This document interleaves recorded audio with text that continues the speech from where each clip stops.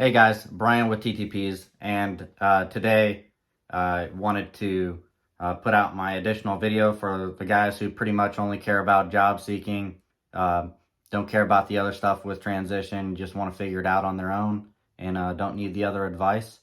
Um, if you fall in line with that school of thought, then which I don't personally agree with, but I will put out some of the information that will help you be successful in what you want to conduct with that to actually ensure a successful transition, and you're not just posting on LinkedIn or Facebook asking about jobs in the future. The first thing that I would do is actually identify your skill set. If you're infantry, it's pretty much only going to be a few things, maybe training, uh, inventory, uh, managing people, some basic HR admin type stuff, but it's not going to be much more than that. You can't really put room clearing on a resume unless you're going for a contracting job. And I don't think the local bank is going to really care if you can clear a room or not. So identify what skills that you have, and then research the industries that you want to get into. So when I was getting out of the military, I thought I knew what I wanted to do. I wanted to be a physical therapist when I was getting out. And then after a couple weeks of thinking as I was getting out, I changed my major because I was like, I don't want to go down this rabbit hole and 8, 10, 12 years into an education find out that that's just not something that I like anymore. So I bounced around with multiple different types of jobs that I wanted to get into. I thought I always wanted to be a manager and be in charge of people. I had thought about becoming an automotive mechanic. I thought about getting into performance automotive stuff, so like race cars and stuff.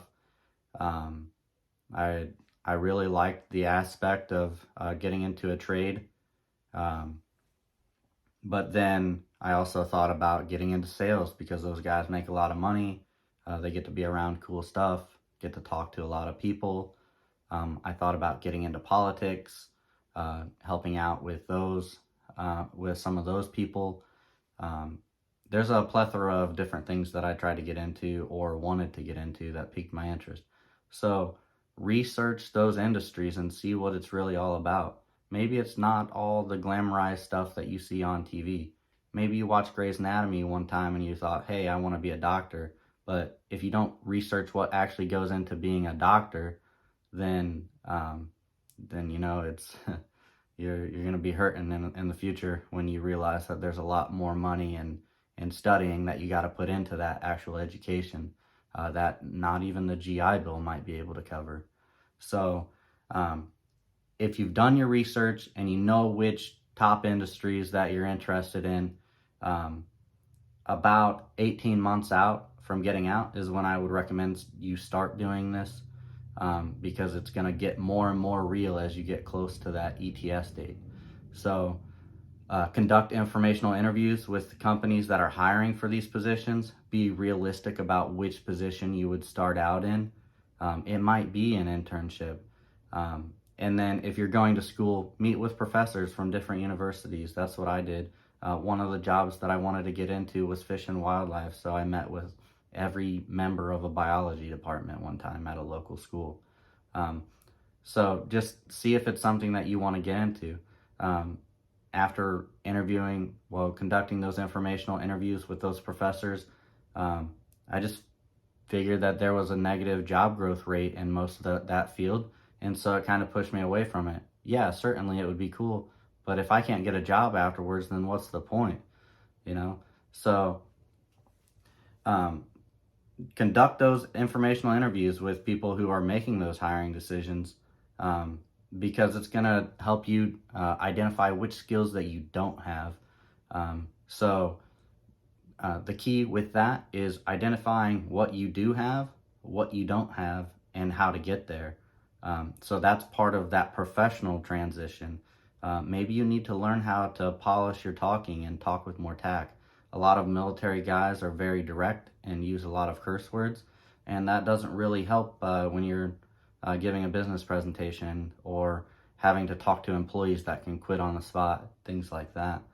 Um, Sorry, my little note's falling. So yeah, and then in addition to that, when you're conducting the informational interviews with companies, uh, ask about the culture. Some cultures are different. Some are very supportive of veterans. A lot of guys who go into trades like welding really love the environment because they don't have to be professional. They can get away with cussing at each other.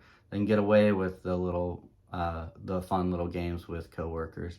That might not be the case in an office environment. Somebody might take offense to those types of things, and it just you need to see where you would fit in and what kind of person you feel comfortable transitioning into. And then lastly, this is probably something that you should be doing all along, and that's building your network. So connect with people in person, be involved in your community as you're while you're in the military. So connect with people in the military. Don't constantly be burning bridges with people in the military just because they're a different MOS or just because you don't like a guy. That guy might be able to provide you a job in the future. That they might have a skill set that they can teach you that's in high demand, and that's not. And I'm not saying to use people. I'm just saying that the more friends you have, the better off you'll be. So, in addition to that, being involved in your community, whether it's church, sports, um, political stuff, um, just random hobbies, those people are all connected in the civilian world with jobs. They gotta pay for their lifestyle somehow. So being connected with those people will just give you that much more access to the civilian world and the jobs and the careers that come with that. Um, and then it also kind of gives you a way to conduct informational interviews in a more informal manner. Um, and one thing that I would stress too is if you do go to networking events, kind of know what you're talking about. Um, I've taken guys to networking events, guys who are veterans getting out or contemplating getting out, and then it's really cringe when you watch them flop as they randomly introduce themselves to people, and they got their hands in their pockets, don't know what to talk about, so the conversation fizzles out after 10 seconds, and it goes nowhere. So it's like, to me, they're just wasting their time. You're not actually networking if you're not connecting with people. And I've done it myself. I've been that guy who is like, hey, my name's Brian. I just got out of the military, and then they're just like, okay, cool, and then thanks for your service, and then they move on to the next person. So know what you're talking about, what kind of industry you're getting into, what kind of information you want to find out, and hopefully with this, you can actually use this as a template for transitioning and finding that job and that career path that you want to have. Personally in recruiting now, and it wasn't a straight linear path to get here by any means. So hope this helps, and thanks for watching. I'm Brian with TTPs, and if you have any other questions, if you want me to expand upon anything, please drop a comment below. Definitely looking to get more engagement out of people and talking with more people in the future. Thanks. Have a great day.